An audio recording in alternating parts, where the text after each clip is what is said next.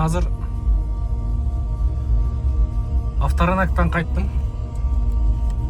Туугандар, достор, жалпыңыздарга ассаламу алейкум. Урматтуу Нуркей YouTube каналынын көрүүчүлөрү, Окмано күнүңүздөр менен. Бүгүн 14 число 12 ай 25 жыл Бишкек убактысы түшкү 14:00 болуп калды. Мага көптөн бери бир эже жазат да, азыр мен мындай четирээк токтоюн.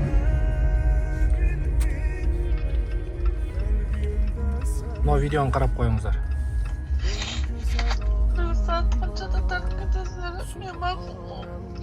Мен артық ойналып кеттім. Сұртауыр асыл жүрді келіп жардам бер қоңыздар түсірадам. Анан бүгүн воскресенье. Көптөн бери ушинтип бир ай болуп калды. Мен дагы баягы очеред менен ошол колдон келишинче жардам берет элем. Эже местоположениясын таштады. Аз кетип атабыз. Азыр Авторынактан кайтып, съемкадан кайтып кетип атып ушул эжеге тийип өтөйүн деп, атайы сиздер менен бөлүшөйүн дедим. Азыр барайлы, жашоо шарты боюнча эмнеге мынчалык кыйналып калды, анын баарын сиздерге чагылдырып берем. Кудайым буйрса, Алланын ыраазылыгы үчүн ушул эжебизге дагы жардам берем деген биздин инсандар көпсүздөр, көппүз. Мен башын баштап берем, Кудайым буйрса. Анан кимдин колунан канча келсе, Алланын ыраазылыгы үчүн. Через 300 метров поверните налево. Акыретибизге дагы бир аз сооп иштеп коелу. Туугандар, мындай да. Мен бул видеону мисалы көргөзбөй кылгандарыбыз Кудайга шүгүр. Алланын ыраазылыгы үчүн колдон келишинче мындай кыйналгандарга жардам беребиз.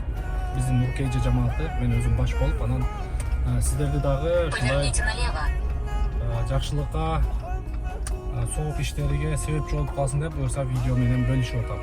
Азыр кирип калдык. Могу ак ордо 3 экен. Квартирада турабыз дейт эжекебиз. Бул жашоо, бул дүйнө. Через 100 метров лежачий полицейский. Кыска жалган жашоо, бул сыноо жашоодо бири-бирибизге пайдабыз тийбесе, анда билбейм акыретибиз кандай болуп калат. Кудайым буйрса, соопчулук, жакшылык иштеуде жарышайлы.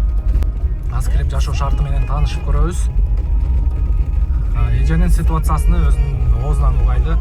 Азыр Вы учурда приехали. Между прочим, я могу построить маршрут не только до здания, но и сразу до подъезда или парковки. Алиса, эмне эле деп атат бул? Сен өзүгө чалай элем, а?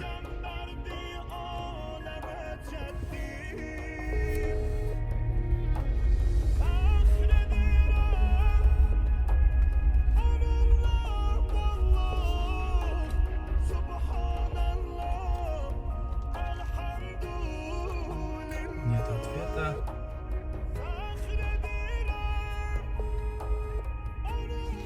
Это ушул тегерек четтерде квартирада турат да.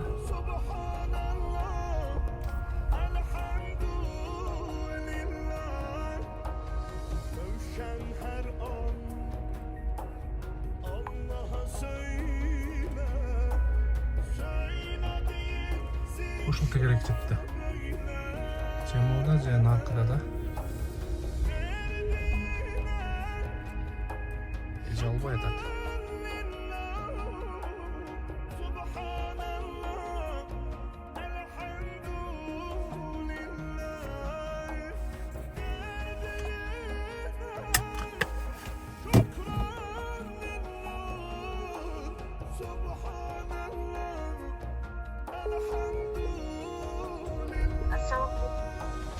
Эже, кандайсыз, жакшысызбы? Мен дәл больницага келдим элем, азыр акча издеп жүргөм да, дары-дармек эме. Кыйналып атам азыр аябай. Мен үйүңүзгө келдим эле да сиздин. Мен могу центральный мечит жакта жүргөм да. Үйүңүздө Имамдарга кайрылыпчы. имамдарга кайрылып, үйүңүздө эч ким жокпу азыр? Ооба, мен балдарым жанымда. ошо бияка кайрылып келдим элем, биякта имамдар дагы эме жардам бере албайбыз, бизде андай жок, доход деди да. Мен азыр акыбалым өтө оор болуп турат негизи элечи.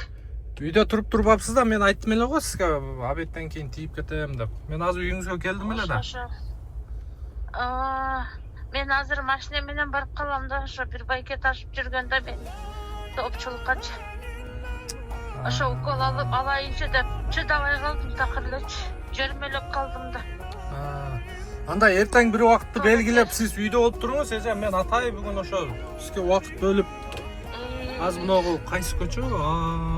31 Мамат Эмин ата 31де турам да. Мен азыр барып калам. Же жумуштарыңыз барбы? Мен убактым тарыраак эле да. Мен эртең келейин, анда эртең бир убакытты белгилеп сиз үйдө болуп туруңуз, а? Ооба, эртең биринчи күндө. Макул, анда эртең мен бир убакытты белгилеп эртең айтам анда.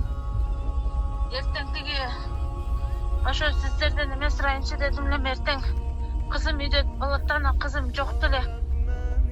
Эметсеңер болобу деп айтайын дедим эле. Кызыңыз көнбөй атабы же кандай?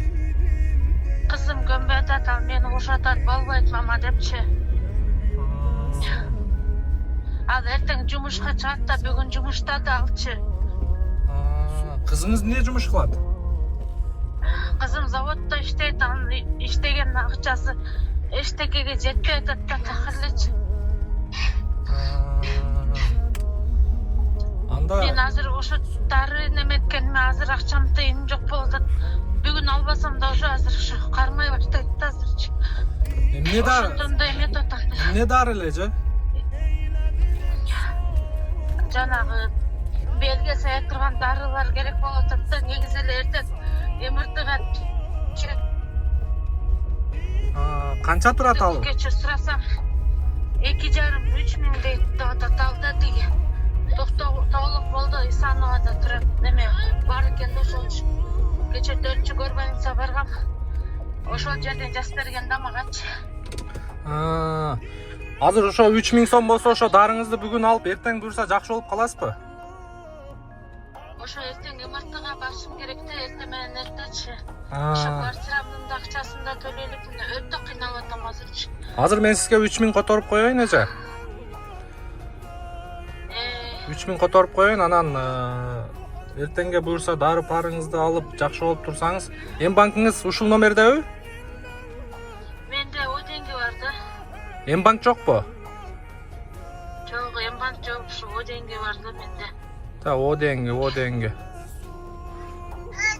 Номериңизди айтыңчы. Жанагы 504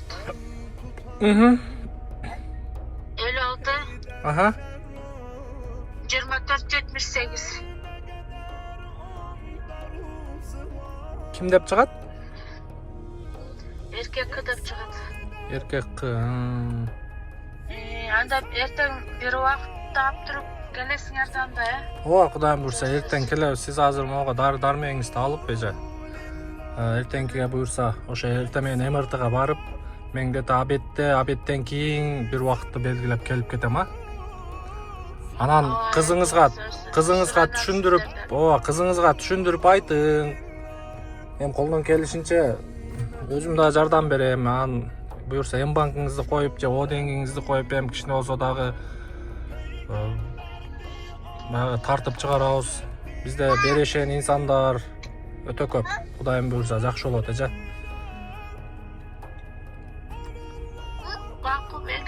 Макул. Ыйлабаңыз эже. Буюрса жакшы болот. Эртең келип кетем, а? Макул эже, макул. Мейлиңиз,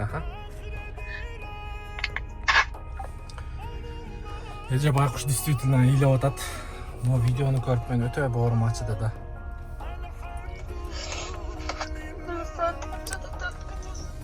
Боорум ачыды. Буюрса туугандар эртең. Кудайым буюрса бүгүн 14-15 число эртең келебиз. Бүт баарын сиздерге көргөзүп. Жашоо шарты боюнча эмне оору менен ооруп атат, квартплатасы канча, тамак ашына канча кетет, примерно 1 айлык расходун чыгарып, эми кышында действительно расход көп болот. квартираларда кымбат болот, көмүр алыш керек, свет төлөш керек дегенде, тем более эже жаш кичинекей кыздары менен өзүнүн кызы дагы иштейт экен, ошо завод фабрикада иштейт деп атат эженин айтуу боюнча.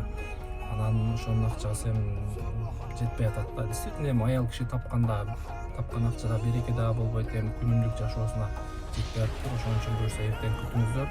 Видеону эртең колдон келишинче ушул жерге келип силерге көргөзүп бергенге аракет кылам. Азыр эгер каалоочулар болсо, эртең мени менен келип кетсеңиздер дагы болот. Жеринен таанышып, жеринен көрүп, ушул жерден колдон келген жардамды берип кетейли. Анан эгерде азыр эле жардам бергенге дайынмын десеңиздер, мага WhatsAppка жазыңыздар. Мен эженин өзүнүн телефон номерин берем. Ошол жака кааласаңыздар келип кетесиздер, кааласаңыздар ошо акчалай жактан жардам берсеңиздер болот туугандар. Эми бизден чагылдырып көргөзүп бериш, мен өзүм баш болуп, өзүм баштап берем, буюрса жакшы болот. Бирөөгө жакшылык кылсак сөзсүз Алладан кайтат. Ошону унутпайлы туугандар.